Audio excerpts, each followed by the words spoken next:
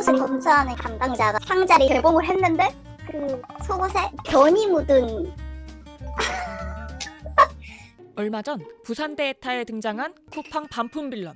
휴대폰, 반려동물 용품, 신발, 바지, 헤드폰, 공기청정기 테이블까지 다양한데 문제는 며칠 쓰고 반품함. 거의 하루에서 일주일. 신발은 밖에 신고 다님. 이응이응 태그도 다 자름. 폰도 개봉했는데 반품되는데. 양심의 가책이 없냐는 질문에 그는 이렇게 대답합니다. 내 인생 주인공은 나임.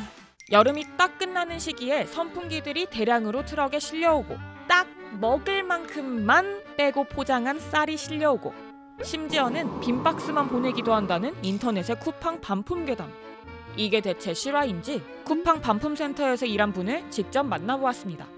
5개가 한 묶음이 팬티 세트였거든요. 아직도 기억해요. 캘빈 클라인인데 딱 봤는데 웬걸 무지에서 판매하는 팬티를 거기다가 하나 넣으신 거예요.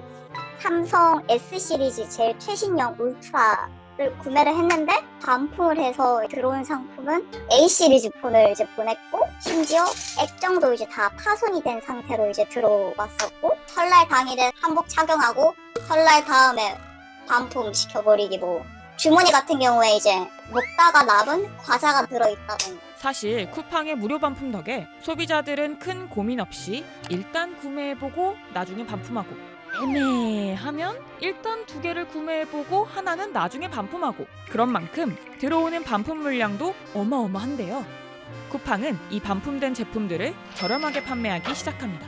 반품되어서 들어오는 물건은 엄청 많은데 1분에 상품 2개를 이제 쳐야 되는데 구멍이 뚫렸는지 안 뚫렸는지 오염이 있는지 없는지 주머니 안에 뭐가 들어있는지 없는지 재포장하고 전산 처리도 해야 하는데 솔직히 말씀드려서 엄청 큰 상품들을 그냥 한번 열어보고 다시 닫아서 테이핑하고. 이 행운의 반품 제품은 다른 소비자에게 도착하게 되는데요. 모니터를 구매했는데요. 아예 켜지지가 않았어요. 청소용품은 이제 그 헤드를 바꿔서 쓰는 그런 먼지 털개였는데 막대기가 누락이 된 거죠. 선스틱이 제일 충격이었어요. 너무 발라가지고 불균일하게 깎인 거 있잖아요. 얼굴에 하도 문대가지고 그런 게 온 거예요.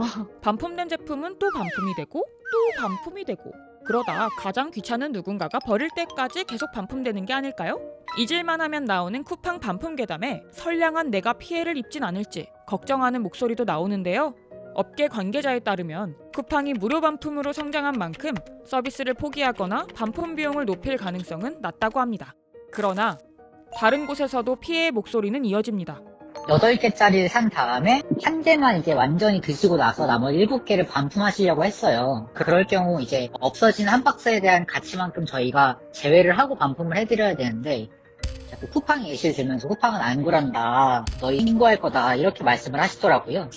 판매자들은 무료 반품에 익숙해진 소비자들을 응대하느라 진땀 흘리고 반품 물량 자체가 크게 늘다 보니 폐기하거나 저렴하게 판매해야 해 손해도 커졌습니다.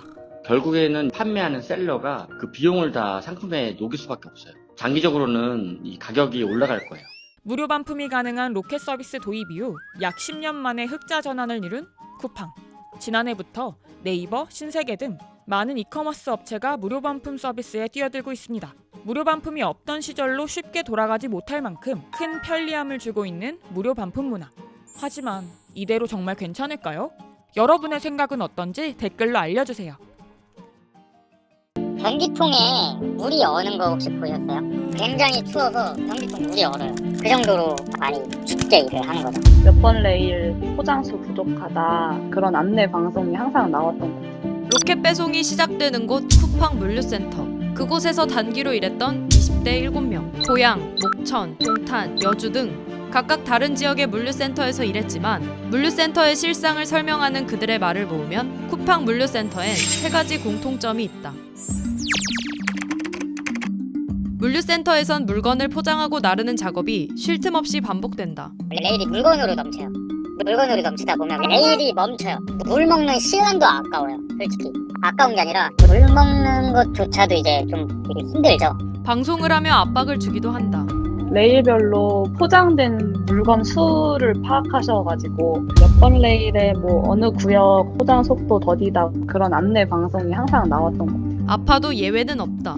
몸에 이제 통증이 있어서 조금 천천히 하게 되면 빨리빨리 하시라고. 밖에서 이제 소리를 지르시죠. 한 층에 많으면은 한 120명? 150명? 그렇게 모아놓더라고요. 화장실도 진짜 뭐 남자 화장실 하나, 뭐 여자 화장실 2개, 진짜 한 층에 그렇게밖에 없어요. 터무니없이 적은 화장실. 아예 가는 걸 포기한 사람도 있다. 업무를 하는 공간에는 화장실이 없어요. 5분에서 10분 정도 걸리고 한 번 왔다 갔다 할 때 되게 이제 눈치가 보이는 그런 상황이 되는 그냥 아예 안 가게 되는 것 같아요. 또 화장실 간다고 말씀드리기가 어려우니까 그냥 엄두가 안 나는 거죠. 변기통에 물이 어는 거 혹시 보셨어요?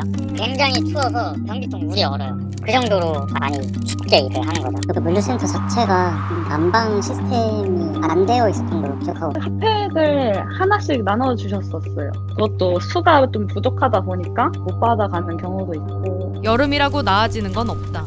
여름 같을 때는 그 쇠 같은 게 열이 가해지면서 더 더워지는 그런 환경이 있거든요. 이제 큰 선풍기 같은 거 몇 대 비치해두는데 그런 걸로 이제 땀 조금 식히고 이제 물 조금 먹고 나와서 다시 일을 하고 그런 식이죠. 여름 같은 경우에는 선풍기 한 몇 대 돌리는 것밖에 없어요. 쿠팡의 핵심 서비스 로켓 배송.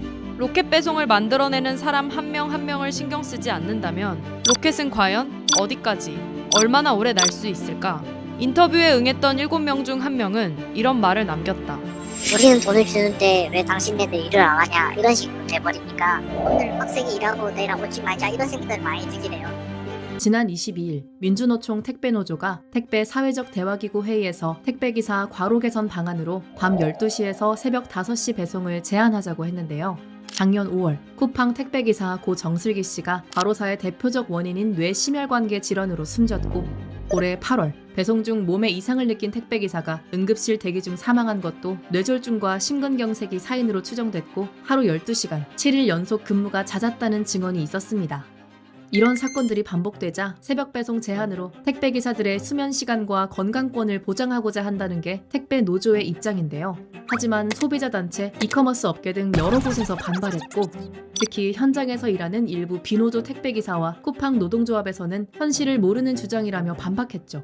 현장에 일하고 있는 한 명의 노동자로서의 입장을 좀 말씀드리자면 그것은 배송 시스템을 전혀 모르는 주장이라고 저는 말씀드리고 싶고 노동자들의 안전을 더 먼저 생각하자라는 뜻에서는 찬성을 하나 그 방식에 대해서 아무런 대안이나 준비 없이 이렇게 강제적으로 진행하는 것은 저희는 반대 입장을 고수를 하고 있고요. 5시부터 배송을 시작한다고 하는데 누가 이렇게 제 차에다가 적재를 다 해주고 분류를 해준 상태에서 시작하는 것도 아니고 심지어 그렇다 하더라도 7시까지 배송을 할 수가 없어요. 육아나 간병을 해야 하는 개인 사유로 야간에밖에 일을 못 하시는 분들이 저희 조합원 중에서도 굉장히 많이 계세요. 그럼 그분들은 배송 금지로 인해서 사실상 그 시간대에 할 수 있는 다른 업종 아니면 다른 직군으로 갈 수밖에 없는 상황에 놓여지게 되는 것이거든요.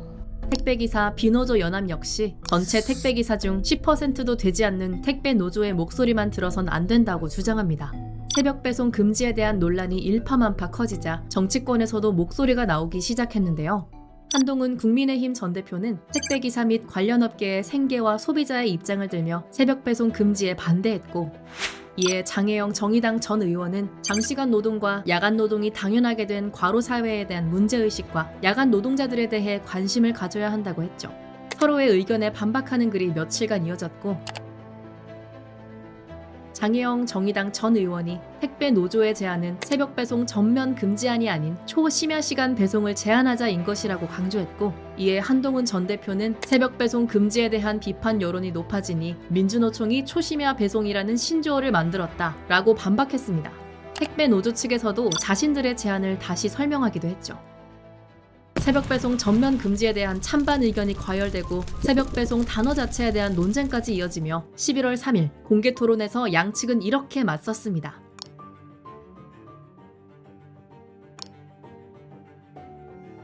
새벽 배송 시장 규모가 엄청나게 커진 지금 소비자들은 좀 불편한 게 싫어서 사람 갈아 쓰는 배송을 꾸역꾸역 쓰겠다는 거냐? 새벽 배송 없었을 때도 다들 잘 살았다. 장보기 힘든 사람들, 자영업자에게 새벽 배송이 없으면 안 된다. 새벽 배송이 이젠 일상에 없어서는 안 될 필수 서비스다. 다양한 의견이 있는데 소비자의 편리함과 택배기사의 건강권을 모두 챙기는 건 어려울까요? 답을 찾기 위해 해외의 야간 노동에 대한 시각을 살펴보았는데요. 우선 세계적으로 야간 노동의 위험성을 인정하고 있습니다. 다만 야간 노동을 전면 금지하는 것이 아닌 기준을 세우는 방식으로 접근하고 있는 상황. 전문가는 우리나라가 참고할 만한 부분을 핀란드와 네덜란드 사례에서 찾을 수 있다고 하는데요. 핀란드는 야간 노동이 가능한 특정 시간대를 정하고 있고, 네덜란드에서는 야간 노동 시간과 횟수를 제한해 노동자의 건강권과 소비자의 권익을 챙긴다고 합니다. 주 5일제로 근무를 좀 상한을 하든지 배송 속도를 선택할 수 있는 선택권을 소비자에게 부여를 하는 것은 어떨까 하는 생각도 들었거든요. 당일 배송이면은 배달료를 높게, 소비자분들께서도 그에 해당되는 배달료를 내고 선택을 하든 아니면은 뭐 2, 3일 후에 받아도 된다 해서 이런 선택권을 보장해 주는 것도 방법이 아닐까 하는 생각이 들어요. 현재 새벽 배송 이용자는 약 2천만 명. 많은 사람이 이용하는 만큼 설마 진짜로 새벽 배송이 사라지겠어? 싶은데 2021년 택배 사회적 기구 회의에서 택배기사의 하루 12시간, 주 60시간 이내 근무에 대한 사회적 합의가 이뤄졌고, 이 합의가 배송업계에서 실제로 자리 잡아가고 있기 때문에 배송업계는 이번 새벽 배송 금지도 실현 가능성이 있어 긴장하고 있다고 해요. 과연 이번 새벽 배송 금지는 어떻게 될까요? 사실 중요한 거는 새벽 배송을 전면 금지하냐 아니냐보다는 이 택배 기사님들이 어떻게 건강하게 노동권을 보장받으면서 일할 수 있을까, 요거에 대한 논의거든요. 이미 우리나라 근로기준법에서도 야간 노동에 대한 규제들이 있어요. 근데 임금 노동자로 근로계약을 맺어서 그 법의 테두리에 있다기보다는 지금 독립계약자의 신분이 많으시기 때문에 이 모호한 종사상 지위가 이 위험을 더 가중시키는 거라는 생각이 들거든요. 소비자의 니즈가 있는 한 영업을 제한할 수는 없는 거잖아요. 그렇기 때문에 새벽 배송의 전면적 금지는 어렵다고 봅니다. 만약에 제한이 된다고 하면 나의 삶에 밀접적으로 온다고 생각하기 때문에 소비자들이 더 반발을 하는 것 같고, 하지만 우리가 그 안에 있는 사람은 고민하지 않는 구조가 된 것은 그분들 자체가 보이지 않는 노동을 했기 때문에 이분들이 혼자 노동하고 새벽에 혼자 처리해야 되는 경우가 많기 때문에 이번 기회에 우리가 어떤 새로운 기준을 만드는 것도 긍정적으로 바라본다면 또 좋을 것 같다는 생각도 듭니다. 여러 곳에서 다양한 의견이 나오고 있는 새벽 배송 제한. 여러분은 어떻게 생각하시나요?